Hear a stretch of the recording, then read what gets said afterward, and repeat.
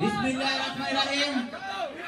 31 দফা বাস্তবায়ন উপলক্ষে নওগাঁ ইউনিট কর্তৃক আয়োজিত বিএনপি অঙ্গ সংগঠন কর্তৃক আয়োজিত আজকের এই আলোচনা সভায় সভাপতি উপস্থিত আছেন আমাদের সাবেক শাহলী থানার সহসভাপতি হাজী আবু তাহের ভাই। উপস্থিত আছেন শাহলী থানা বিএনপির আহ্বায়ক আমার শ্রদ্ধেয় বড় ভাই, যাকে ছোটকাল থেকে একসাথে আমার ফ্যামিলির সাথে একসাথে দেখেছি রাজনীতি করতে, এসএম কায়সার আহমেদ পাপ্পু।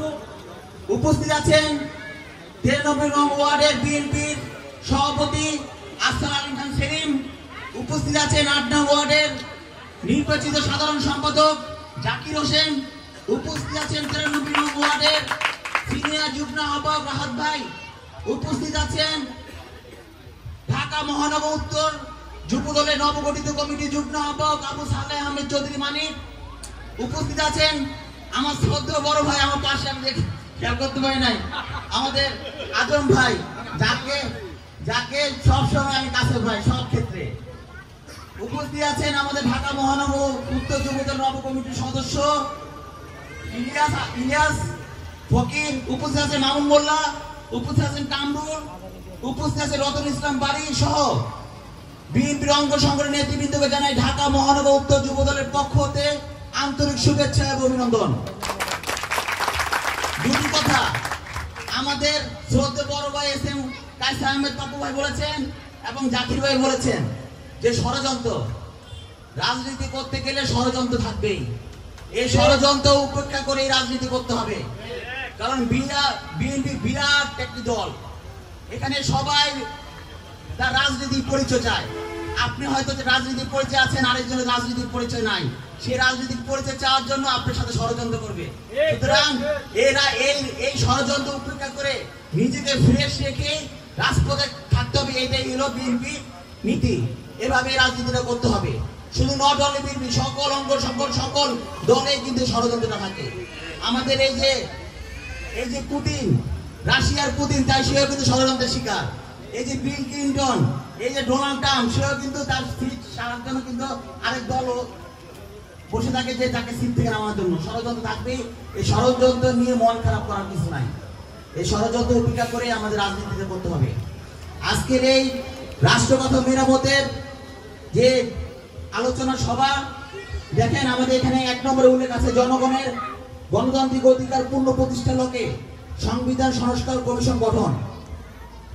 জনগণের অধিকার পূর্ণ প্রতিষ্ঠার জন্য কিন্তু আমরা গত 16 বছর রাজপথে নিপীড়ন নির্যাতন সহ্য করেছি এবং জনগণের ভোটাধিকার প্রতিষ্ঠার জন্য, গণতন্ত্র ভোটাধিকার প্রতিষ্ঠার জন্য কিন্তু আমাদের এই বিএনপি যুবদল, ছাত্রদল, অঙ্গ সংগঠন নেতারা কিন্তু আপনাদের জন্য এই ভোটাধিকার প্রতিষ্ঠার জন্য কিন্তু আমাদের নেতারা গুম হয়েছে, খুন হয়েছে, বিচার বহির্ভূত হত্যাকাণ্ড শিকার হয়েছে।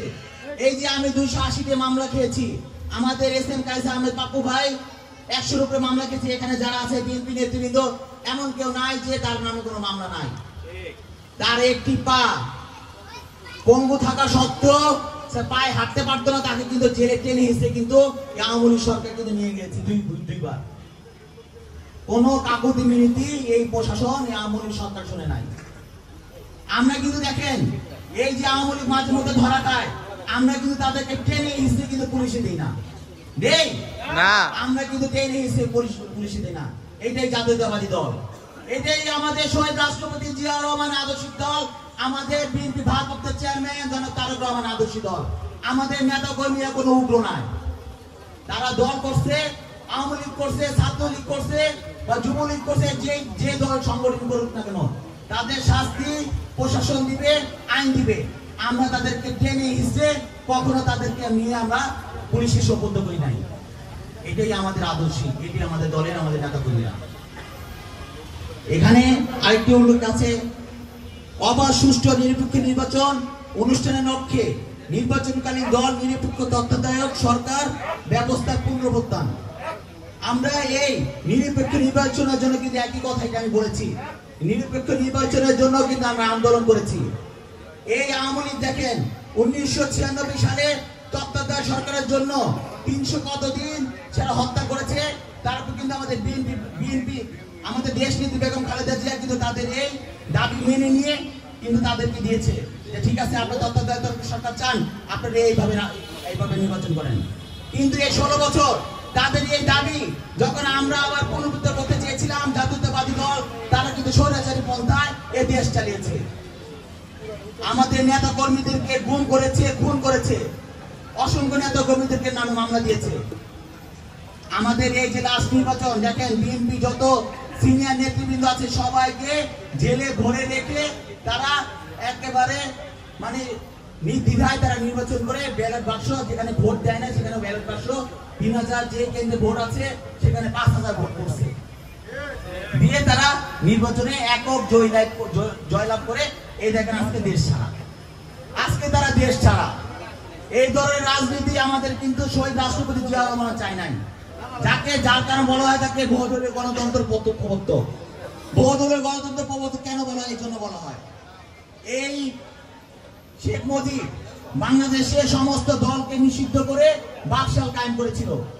তারপর আমাদের শহীদ রাষ্ট্রপতি জিয়া রহমান এসে কিন্তু আবার দেখেন সব দলকে একসাথে করে আবার এই রাজনীতির অঙ্গন তৈরি করেছে, যার কারণে তাকে বহুদলীয় গণতন্ত্র প্রবর্তক বলা হয়। এখানেও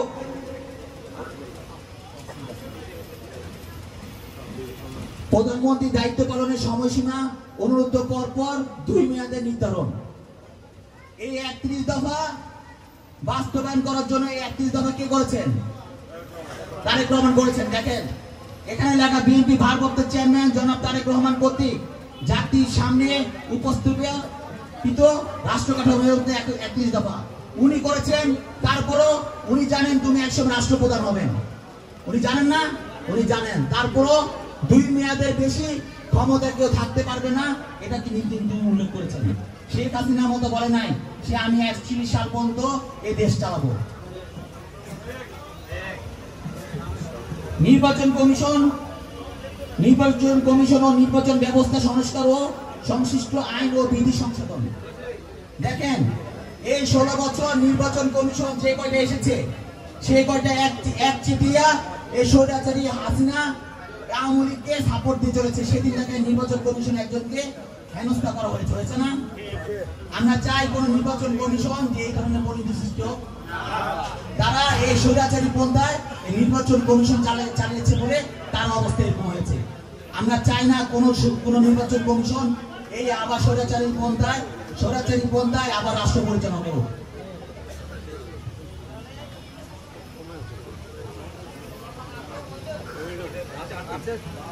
মিডিয়া কমিশন গঠন করে তথ্য ও মত প্রকাশের স্বাধীনতা নিশ্চিতকরণ। সাংবাদিকদের বাক স্বাধীনতা ছিল না সাধারণ মানুষের। এই বাক স্বাধীনতা এই স্বৈরাচারী সরকার হনন করেছে। কেউ কিছু বলতে পারতো না, কেউ কোথাও লিখতে পারতো না, কেউ কোথাও কোনো কিছু প্রচার করতো না। করলেই তাকে এই আইসিটি মামলায় জেলে ভরে দিত, যেটা হত্যা মামলা থেকে ডেঞ্জারাস। আইসিটি মামলা যে খেয়েছে তার কোনো 1 বছরে তার কোনো জামিন নাই। অথচ যে একটা মানুষকে হত্যা করেছে সেই 1 মাসের মধ্যে তার জামিন হয়ে যায়। এই ধরনের মত প্রকাশের স্বাধীনতা এই স্বৈরাচারী সরকার হনন করেছে, যার জন্য আমাদের জাতীয়তাবাদের দলের আমাদের বিএনপি ভারপ্রাপ্ত চেয়ারম্যান জনাব তারেক রহমান বলেছেন মত প্রকাশের স্বাধীনতা অবশ্যই তারা দিবেন। ব্যবস্থা গ্রহণ ও ন্যায়পাল নিয়োগ করতে হবে। এই দুর্নীতি স্বৈরাচারী সরকার বড় বড় প্রজেক্ট করে মেগা প্রজেক্ট করে যেভাবে দুর্নীতি করেছে, অনর্থক যেটা কোনো দরকারই নেই সেখানে যে মেগা প্রজেক্ট করে টাকা হাতিয়ে নেওয়ার একটা ফন্দি তারা লুটেছিল। যেই সব টাকা দুর্নীতি করে বাইরে চলে গেছে, ওই সব টাকা আমাদের দল যদি ক্ষমতা আসে, বিএনপি যদি কখনো ক্ষমতা আসে, তখন এই ধরনের টাকা আবার দেশে ফিরে না আনা হবে। এবার বলছে ন্যায়পাল প্রতিষ্ঠা করা।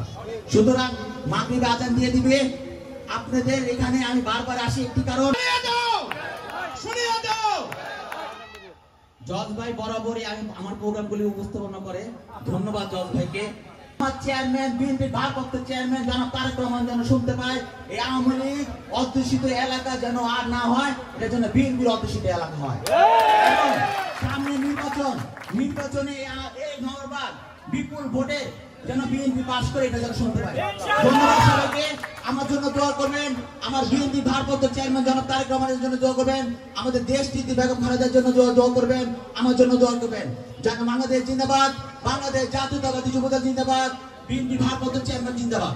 ধন্যবাদ। জন্য একটা সুসংবাদ আছে, এইমাত্র আমার কাছে আমাদের এই আলোচনা পরিচালনা কমিটির পক্ষ থেকে একটা খবর আসছে, আপনারা যার যার